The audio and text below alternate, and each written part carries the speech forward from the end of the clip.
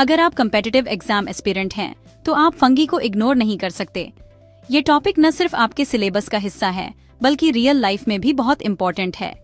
Fungi से जुड़े सवाल अक्सर एग्जाम्स में पूछे जाते हैं और अगर आपने इसे अच्छे से समझ लिया तो आप आसानी से नंबर स्कोर कर सकते हैं।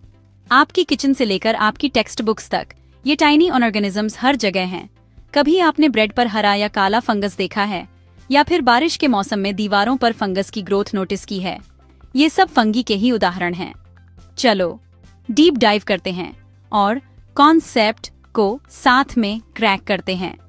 फंगी को समझना सिर्फ याद करने का टॉपिक नहीं है बल्कि ये आपको बायोलॉजी की दुनिया में एक नया नजरिया देगा।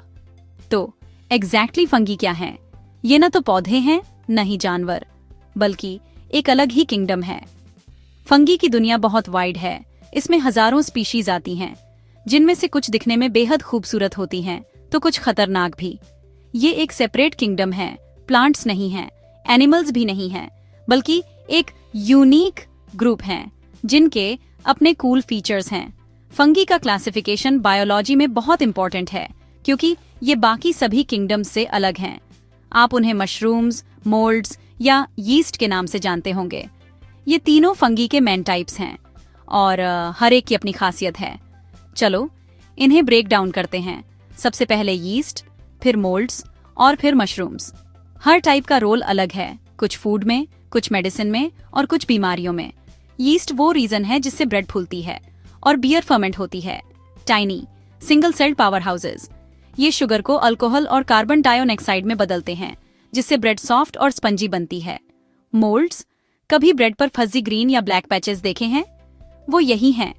मोल्ड्स न सिर्फ फूड को खराब करते हैं बल्कि कुछ मोल्ड्स से मेडिसिन भी बनती है, जैसे पेनिसिलिन।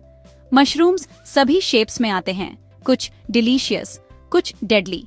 खाने वाले मशरूम्स न्यूट्रिशन का अच्छा सोर्स हैं, लेकिन कुछ जंगली मशरूम्स बहुत जहरीले होते हैं और कुछ फंगी तो रिंगवॉर्म या एथलीट्स फुट जैसी बीमारियां भी कॉज करते हैं। फंगी से जुड़ी बीमारियां इंसानों, जानवरों और पौधों तीनों को प्रभावित कर सकती हैं। अब structure. Fungi thread like hyphae से बनते हैं जो एक साथ बंडल होकर माइसीलियम बनाते हैं, काइंड ऑफ एक मशरूम के नीचे रूट नेटवर्क जैसा। ये हाइफे न्यूट्रिएंट्स को सोखने में मदद करते हैं। उनकी सेल वॉल्स काइटिन से बनी होती हैं, प्लांट्स की तरह सेल्यूलोज से नहीं। काइटिन वही सबस्टेंस है जो कीट आँचों के एक्सोस्केलेटन में भी मिलता है। ये आपके एग्जाम्स के लिए एक की डिफरेंस है। फंगी और प्लांट्स में ये डिफरेंस बार बार पूछा जाता है, तो इसे अच्छे से याद रखें। फंगी रिप्रोड्यूस कैसे करते हैं? ये सवाल भी बहुत पॉपुलर है। स्पोर्स के साथ, टाइनी सेल्स जो हर जगह फैलते हैं, सही जगह पर ग्रो करने के लिए रेडी। एक ही फंगस लाखों स्पोर्स बना सकता है जो हवा, पानी या जानवरों के जरिए फैलते हैं। आपको क्यों केयर करनी चाहिए? फंगी सिर्फ बायोलॉजी का टॉपिक नहीं बल्कि हमारी लाइफ का हिस्सा है।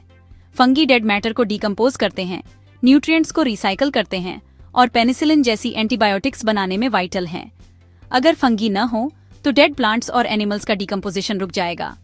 वे फूड इंडस्ट्री में भी एसेंशियल हैं। सोचो, ब्रेड, चीज और अल्कोहल। यीस्ट के बिना ब्रेड और बियर बन ही नहीं सकती। लेकिन बीवेयर, वे फूड को खराब कर सकते हैं और क्रॉप्स को भी डिस्ट्रॉय कर सकते हैं। फंगी की वजह से हर साल लाखों टन फसलें बर्बाद हो जाती हैं।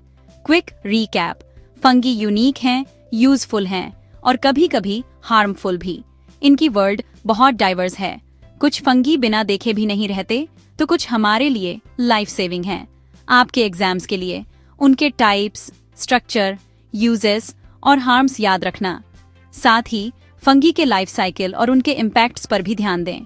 अपने नेक्स्ट बायोलॉजी टेस्ट को ऐस करने के लिए रेडी? फंगी के सवाल अब आपके लिए आसान होंगे। अपने क्वेश्चंस नीचे ड्रॉप करो। अगर आपको और डिटेल्स चाहिए या कोई डाउट है तो कमेंट में पूछें। हम आपके लिए और भी डीप एक्सप्लेन करेंगे।